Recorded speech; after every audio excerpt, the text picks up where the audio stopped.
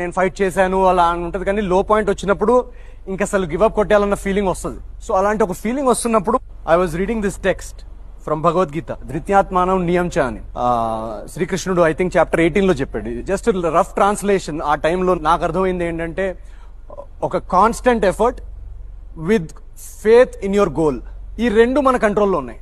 Result society ఏమంటున్నారు, నలుగురు ఏం క్వశ్చన్స్ అడుగుతున్నారు, వాళ్ళు ఏం ట్రోల్ చేస్తున్నారు, రిలేటివ్స్ ఎంత ప్రెషర్ పెడుతున్నారు, ఏవి మన కంట్రోల్లో లేవు. ఈ రెండు మాత్రం మన కంట్రోల్లో ఉన్నాయి. కాన్స్టెన్సీ ఆఫ్ ఎఫర్ట్ అంటే ఇప్పుడు రేపు ఆడిషన్స్ ఇవ్వాలా, ఓకే ఇద్దాం.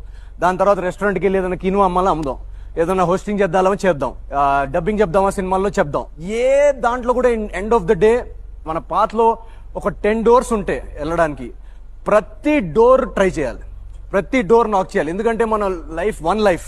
సపోజ్ 8 doors నాక్ చేసి ఆ 2 doors వదిలేసాం అనుకోండి, మనకు రిగ్రెట్ ఉండిపోద్ది, మేబీ అక్కడ ఉండిందేమో నా అవకాశం అని. సో ఏ రోజైతే నేను ఇది డిసైడ్ అయ్యానో, ఆ తర్వాత ఐ బికేమ్ అన్స్టాపబుల్.